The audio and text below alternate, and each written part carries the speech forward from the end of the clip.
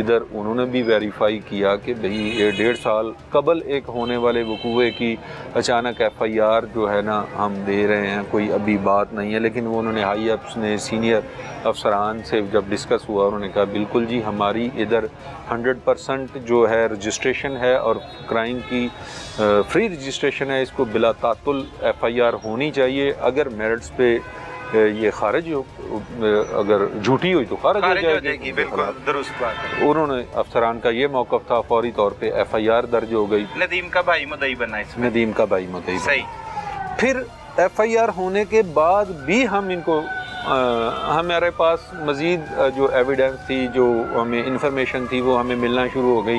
ہمیں اس گروہ میں ملوث دیگر ملزمان کا بھی پتہ چلنا شروع ہو گیا۔ اس سے پہلے ہمیں اس بات کا علم نہیں تھا کہ یہ خاتون اس کی بیوی بھی شامل ہوگی۔ اچھا، روبینہ کے بارے میں نہیں پتا تھا، لیکن پھر بھی ہمیں ربینہ کے بارے میں پتا چلا، پھر ہم نے اس کو بھی مانیٹر کرنا شروع کر دیا۔ مانیٹر کر رہے ہیں ابھی؟ وہ ابھی مانیٹر کر رہے تھے، ابھی ہم نے ان کو کسی کو بھی ٹچ نہیں کیا تھا۔ جب ہمیں اس بات کی شیورٹی ہو گئی تو پھر ہم ان میں سے جو 2 ملزمان تھے، عمر اور غلام میرا، ہم ان کو لے آئے۔ پہلے عمر اور غلام میرا کو لائے، حراست میں لیا۔ اب ان کو حراست میں لیا تو ہم نے ان سے ساری بات علیحدہ علیحدہ کر کے پوچھی۔ پہلے تو وہ ظاہری بات ہے کرائم کرنے کے بعد کوئی فوری طور پہ مانتا نہیں ہے، لیکن ان کی باتیں بالکل ایک دوسرے سے میچ نہیں کر رہی تھی، جھوٹ بول رہے تھے، ہر معاملے میں جھوٹ تھا۔ اور اسی طرح ہم ان کو مطلب ایک انٹیروگیشن کا ایک طریقہ کار ہوتا ہے، ایک کوسچن ہم اس کا مطلب بار بار کرتے ہیں، گھما پھرا کے مختلف قسم کی بار ایک بات کو کرتے ہیں، اور اس طرح وہ بریک ہو گئے۔ اچھا، بریک ہو گئے، دونوں بریک ہو گئے۔ یہ کوئی 1.5-2 گھنٹے کے بعد، 1.5-2 گھنٹے کے انٹرویو میں یہ بریک ہو گئے۔ پہلے کیا کہانیاں بناتے تھے، کیا بتاتے؟ پہلے تو انکار کر رہے تھے کہ نہیں جی میں تو ادھر گیا ہی نہیں، میں کسی کو عمران کو بھی نہیں جانتا، میرا اس سے بھی کوئی تعلق نہیں ہے، مطلب وہ ان کرداروں سے لا تعلقی کا اظہار کر رہے تھے۔ لیکن آپ نے پہلے ہمارے پاس ایویڈنس موجود تھی، ان کے پاس ان کے رابطے تھے، ہر چیز تھی۔ وہ جب ان باتوں پہ جھوٹ بول رہے تھے تو ہمارا شک مزید پکا ہوتا جا رہا تھا۔ جب انہوں نے 1.5-2 گھنٹے کی انٹیروگیشن کے بعد انہوں نے اقرار کیا کہ ہاں یہ ساری سٹوری انہوں نے بتائی، تو پھر ہم فوری طور پہ اس خاتون اور اس کے بھائی کو گرفتار کیا۔ وہ اپنی ایزی زندگی گزار رہے تھے۔ اچھا، انکشاف کیا کیا عمر نے اور اس انہوں نے یہی واردات کا انکشاف کیا کہ جی ایسے ان کا لڑائی جھگڑا ہوا تھا، یہ جو مجھے عمران ہے لڑکی کا بھائی ہے جو اس میں مین ملزم ہے، اس نے مجھے کہا تھا کہ ہمارے ساتھ چلو یار، یہ ہماری بہن کو تنگ کرتا ہے تو ہم نے اس سے جان چھڑوانی ہے۔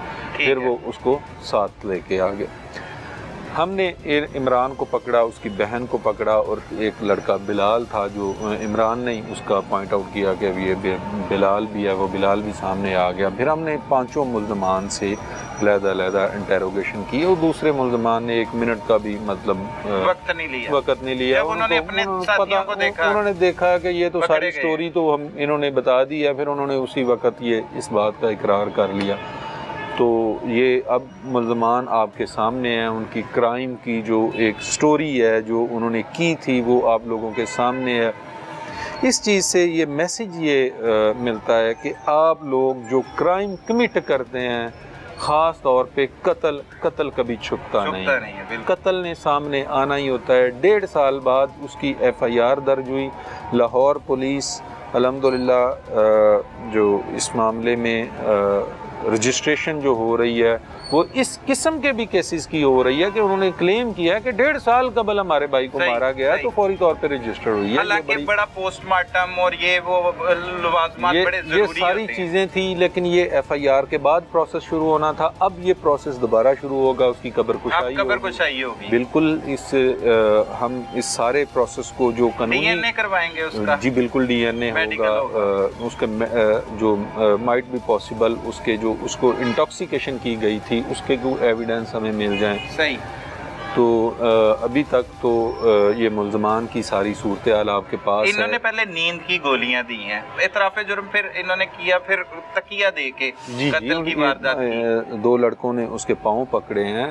ایک انسان ہے، اس کی 40-45 سال کی عمر میں ابھی کوائٹ ینگ ہوتا ہے بندہ، اس میں جان اچھی صحیح۔ بلی ہوتی ہے۔ پھر ان پانچوں ملزمان موقع پہ تھے، انہوں نے دو نے اس کی ٹانگیں پکڑی، ایک نے ہاتھ پکڑے، ایک اس کی چھاتی پہ اوپر بیٹھ کے اس کو تکیے سے اس کا گلا سانس بند کیا انہوں نے۔